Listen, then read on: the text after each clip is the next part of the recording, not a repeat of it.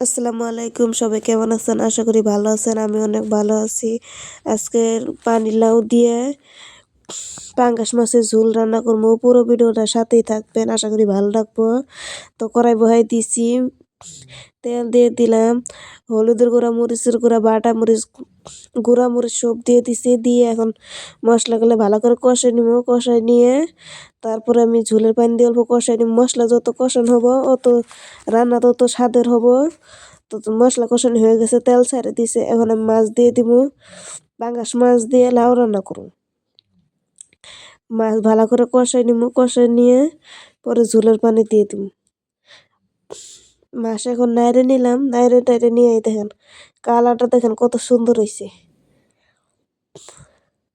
এখন ঝোল দিয়ে দিলাম। ঝোল দিয়ে অল্প ঢাকা দিয়ে কষাই নিব। ভালো করে কষাই নিব।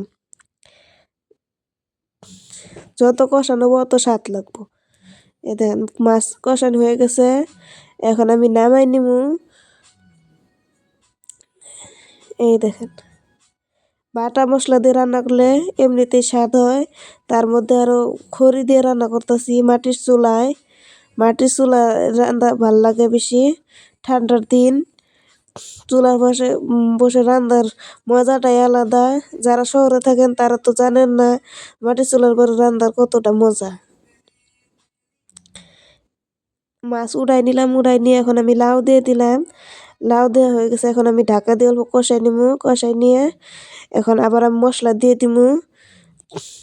অল্প মরিচের গুঁড়া, লবণ, হলুদ সব মশলাপাতি দিয়ে এখন আমি লাউ রান্না করে নিলাম। রান্না হয়ে গেছে। এখন আমি মাছ দিয়ে দিলাম। মাছ দিয়ে এখন আমি ধনেপাতা দিয়ে দিব।